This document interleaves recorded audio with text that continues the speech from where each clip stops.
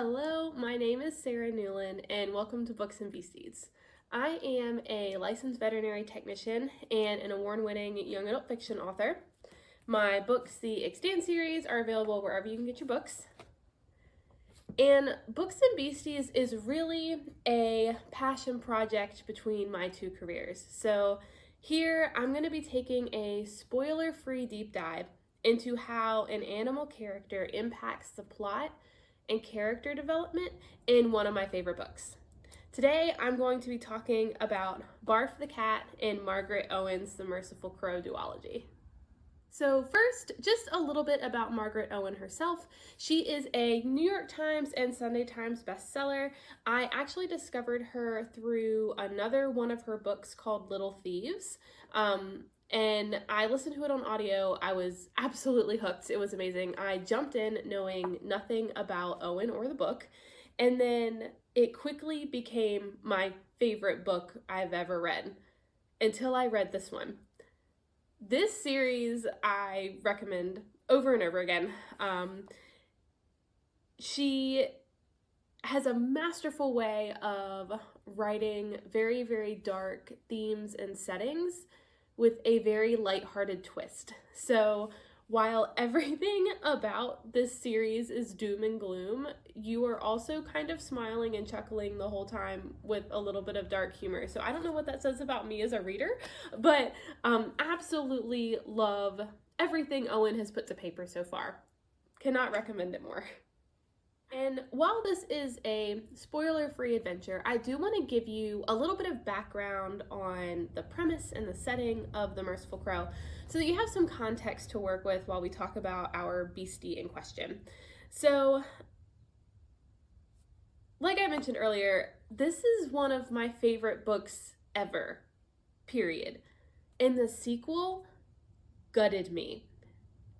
And I am not an easy reader to make cry. I am not an easy reader to slam my book and get frustrated. And I was so emotive during this read. It's absolutely incredible. And I feel like it's so rare when a sequel just gets you even more excited and pumped up than the first book. So the beastie we're talking about does bridge both books in this duology, Barf, but a little bit about The Merciful Crow. So this book takes place in a fictional land called Sabor. Now, when I was listening to this, because I listened on audio before I owned the duology in physical context, I had no idea what I was missing out on the physical copy. Now, the audiobook is amazing. Highly recommend. I also love it because sometimes the names can be a little bit difficult, so I didn't have to question how to pronounce anything. I think I physically read book 2, but this book has, look at that map. That is a beautiful map. It's beautiful. And I had no idea it was there when I was listening on audio. And she also has these really awesome chapter headers, which are crows. So no matter what edition, and look at that. That's so pretty. No matter what edition you find yourself enjoying, I highly recommend at least having a paper book copy, a paper copy for your shelf, because it's a gem. It's a gem all around, front to back. And so what the book is actually about takes place in the mythical land of Sabor, where essentially there's a really rigid caste system. And in each caste, you have a certain birthright, almost kind of like a magical gift, almost, depending on what caste you're in. And it's divided up by a hierarchy of birds, essentially. So the phoenix caste is the ruling caste.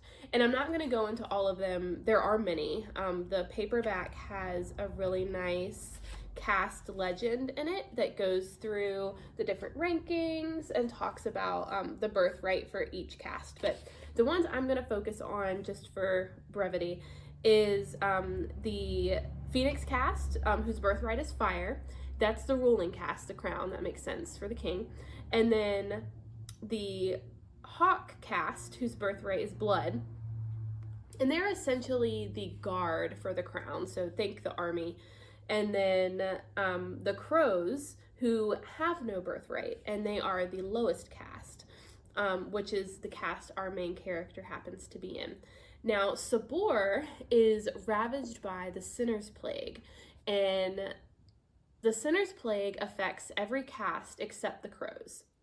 So it is the crow's job, when a town has a person afflicted by the plague, they light a beacon, and the crows are constantly traveling. Their home are the roads, and they're traveling around. They will go to the beacon in question and perform mercy. They will essentially euthanize the afflicted person so that they don't have to suffer a long, agonizing death, and they call it perform mercy, which is also, as a vet tech, really resonated with me in terms of euthanasia. So, we don't want our animals to suffer. Euthanasia is a mercy, and the fact that our main character, that is her job, she is in line to be the next chieftain of her clan, and that's going to be her job, is going in and slitting throats of the afflicted.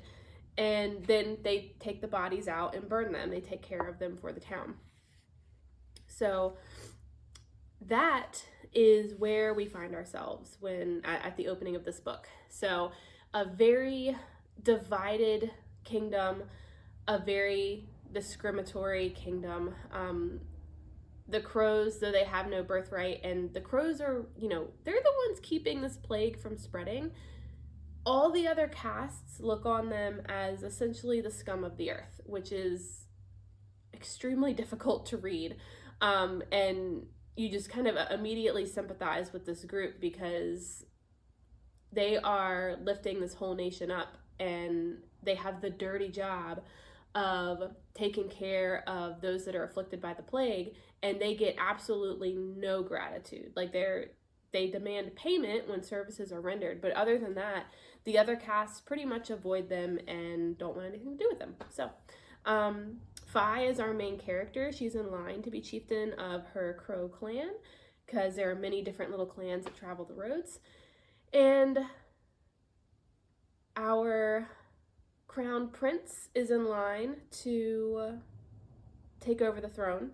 However, at the very opening of this book, the premise is that Fi and her band have been called to perform mercy in the castle, in the palace of the Phoenix clan. So this is a really big deal because the ruling Phoenix caste is supposed to, they're not really immune from the plague, but they haven't had the plague in a really long time. Nobody in there has. So it's a really big deal when they're called to the palace to perform mercy on someone in the Phoenix's realm. And come to find out, it is the crown prince of Sabor. And that's really where we find ourselves in the beginning of this book. So I really can't even go further without jumping into Barf. So up next, we're going to be talking about exactly how Barf plays a major role as an itty-bitty cat in this giant kingdom. Now, when I first picked up this book, I did not know there was a cat. And in fact, I expected from the title, if there was going to be an animal at all, it was going to be a crow. However, like I just explained to you, the crows are actually the caste system, and our little beastie in question is a little cat named Barf. So we meet Barf pretty early on in this book, and another really nice thing that is in at least this edition of the paperback, Owen has actually crafted us a really beautiful picture of Barf. So, I mean, she's adorable. And we meet Barf in chapter 2 when Fi and her band are called to perform mercy at the palace, at the Phoenix Palace. Someone has the plague. So they've gone in, and her mentor, the current chief, goes in to perform mercy on the crown prince and some other unknown, some other figure that we don't know yet. And the first thing Fi notices is that he's taking an awful long time. When he's finally done, he comes out, and the Queen of Sabor, the most powerful person in the land besides the king, offers payment as this scruffy little cat. And In this one action, we learn so much about Fi, about Sabor, and about the Queen, and a little bit about Barf. So this moment tells us that this is how low the kingdom views the crows. The crows carry as much worth as a stray skinny cat. That's what the Queen is saying to everyone in the room, to the entire kingdom. She's offering the crows a cat as payment for their services. That is outrageous. For the people who are holding your kingdom together, that is outrageous. So that tells us what the kingdom thinks of the crows, what the Queen thinks of the crows, and then Fi is not going to stand for this. Her current chief kind of puts it on her plate and leaves it in her hands for like, okay, like you're in training, how are we going to respond to this? And Fi says no. She refuses the offering, and they put on this, it's essentially a little demonstration to basically cause a little bit of chaos and show, no, we're not accepting this, and they're going to keep doing that until payment is rendered. And what they are refusing to remove the bodies from the palace until they're properly paid. So as long as the bodies are sitting there, rotting, not being burned, that plague can spread. So it becomes like, it's almost like a game of chicken. You have the Queen and you have Fi with the plague and this cat, and finally the Queen bends. In chapter 2, little Fi of the crows makes the Queen bend. Amazing. Comes out, pays them appropriately, and just for good measure, Fi also takes the cat. She's like, nope, anything, that wants to leave the palace is fine to come with me. So she takes the cat, and it is a few moments later down the line, she names the cat Barf after just an inside joke between her and a couple of other friends, and it just sticks. And like, I swear for my whole life, I will never forget that this book has a cat named Barf because it's so unique, but we'll come back to that towards the end. And it's so amazing. I knew right then, right in chapter 2, that this was going to be a very powerful book because of how much Owen accomplished in one scene with one cat. Quickly after this, it comes to light that the Crown Prince of Sabor is not dead. There is a little bit of almost like a coup attempting to be in place here, where the crows, her chief, Fi's chief, was actually helping the Crown Prince and his bodyguard escape the palace under the premise of having died of the plague. So they've tricked the Queen, and the prince kind of has other plans for the kingdom, but he doesn't really know. He hasn't really seen much of the kingdom outside of the palace, and Fi kind of finds herself in the middle of all this. And just so that we're clear, this is all stuff you can read on the back of the book. So I feel like I'm saying a lot, but we're still not even really giving anything away, which is just tells you how dense this book is. I absolutely love it. And so quickly after they've left the palace, there's a saying in The Crows that I might not get the exact wording right, but essentially on the nights you burn sinners, sleep with your sandals on, because there is basically a group of crow haters called the Oleander Gentry, good gracious, that will come after them. And so they, light a fake pyre because the Crown Prince is not actually dead. And still, everybody sleeps with their shoes on because they know it is very, very likely that some of the Oleander Gentry are going to come after them in the middle of the night, and they're going to have to make a very swift getaway. In spite of sleeping with their sandals on, they are not quick enough to be on the run from the Oleanders. So they come as expected, and Fi and her clan are forced to flee up into the trees. So they climb the trees, they lay all their stuff down below, their cart, all their goods, and the Oleander Gentry, that is a tough one, keep basically ransacking their camp. And they know that the crows are around, but they can't really see them because of a little bit of magic Fi is doing to help keep them hidden. What they forgot to take to the trees was the cat. So Barf ends up in the situation where she is stuck in a cart that the oleanders set on fire. So she's trapped in there, and Fi is faced with the very difficult choice of having to choose between saving her people, and the crows have this very important saying, look after your own, and saving this essentially still stranger cat that she just rescued from the palace. She has to choose her people. It's not a real choice, even though to her it feels like a choice, but she doesn't really have a choice. So she's overcome with emotion. She feels terrible, but she has to stay in her place. She has to hold her ground. She has to look after her own. However, the crown prince does not have to listen to Fi.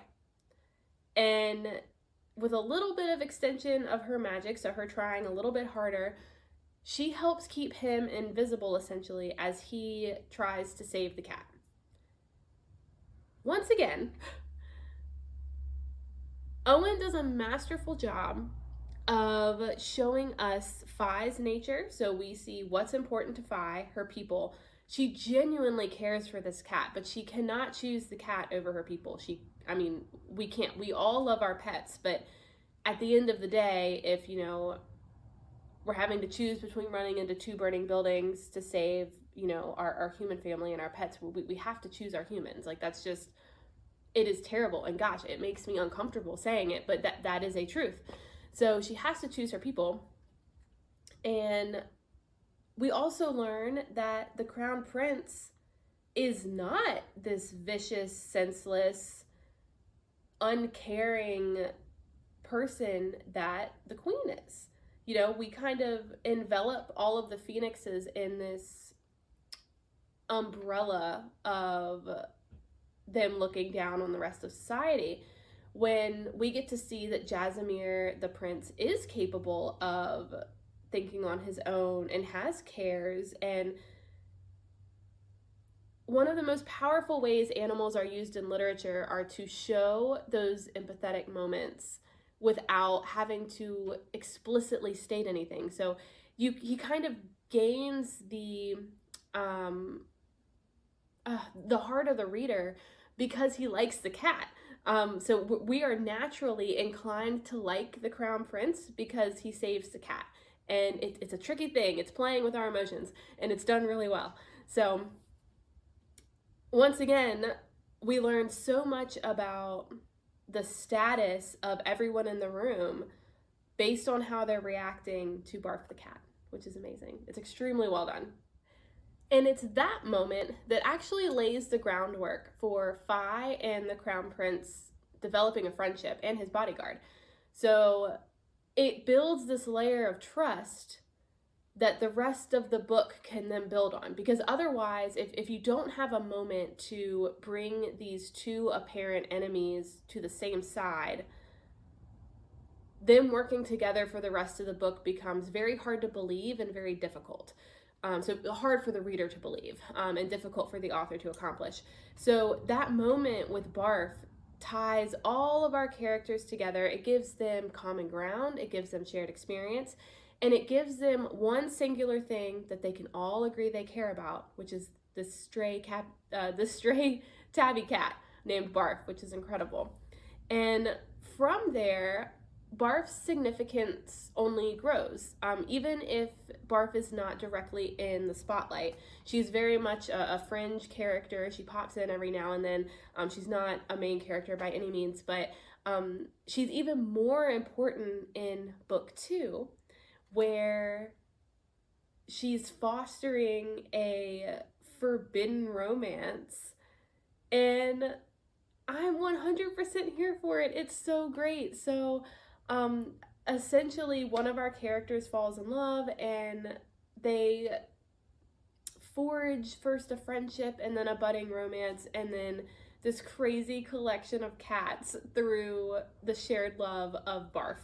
And she does it all just by being herself. And I think Owen does a really good job of showing us how just one kernel of common ground can help bring a very divided people, a very divided nation together. And it's so well done. It's so well done.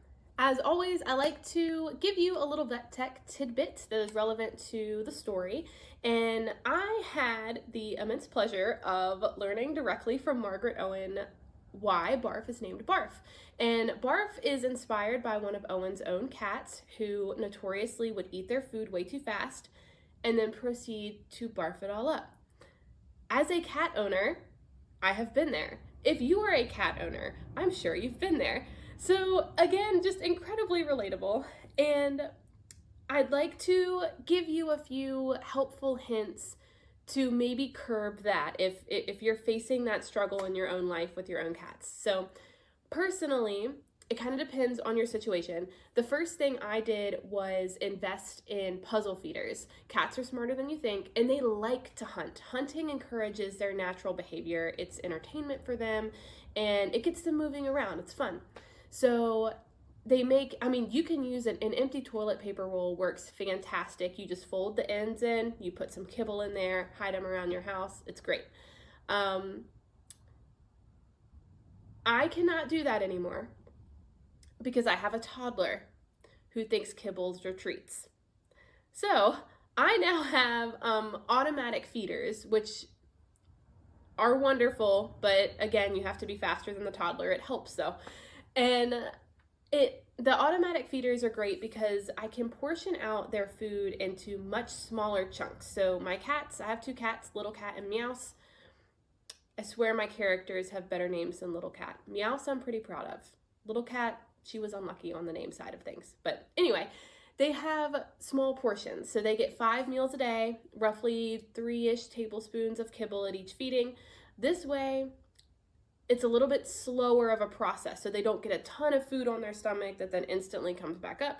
And it also removes that element of, oh my gosh, I have to hurry up and eat right now because I have to race this other cat and I got to get all that food in really quick or it's going to go away and I got to make sure that I get it so I can race over there and eat the other cat's food.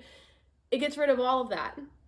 They know that they are getting fed 5 times a day. They know that they have their own bowl. They know that their food is coming. So it takes a little bit of the race out, which can be really, really helpful.